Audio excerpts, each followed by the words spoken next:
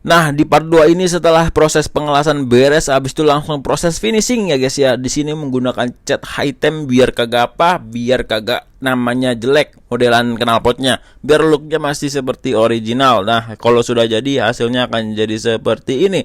Looknya masih seperti original, mempertahankan original, semua bracketnya masih ada, covernya juga masih ada, tapi knalpot ini sebenarnya sudah diubah bagian dalamnya, dan covernya pun juga masih bisa terpasang dengan baut-bautnya guys ya.